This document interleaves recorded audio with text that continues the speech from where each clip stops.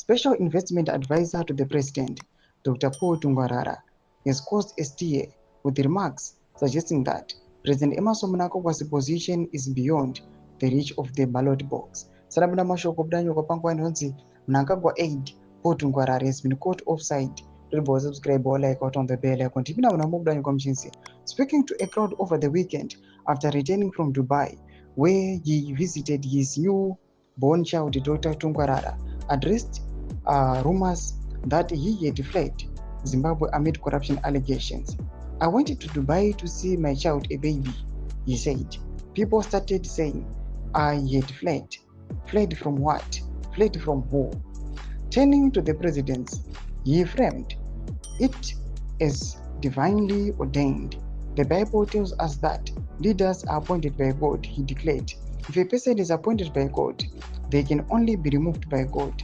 It's not the people's vote. The vote does not even work. The one who removes a person is God. Dr. Tungwarara also reaffirmed his support for the current administration, emphasizing loyalty and political solidarity. We are ready to defend our party and defend our president, and nothing is going to stop us, he said. His comments came shortly after he was pictured alongside President Mnangagwa at the Third National War Veterans Assembly, where he spoke about connecting grassroots empowerment programs to the president's vision.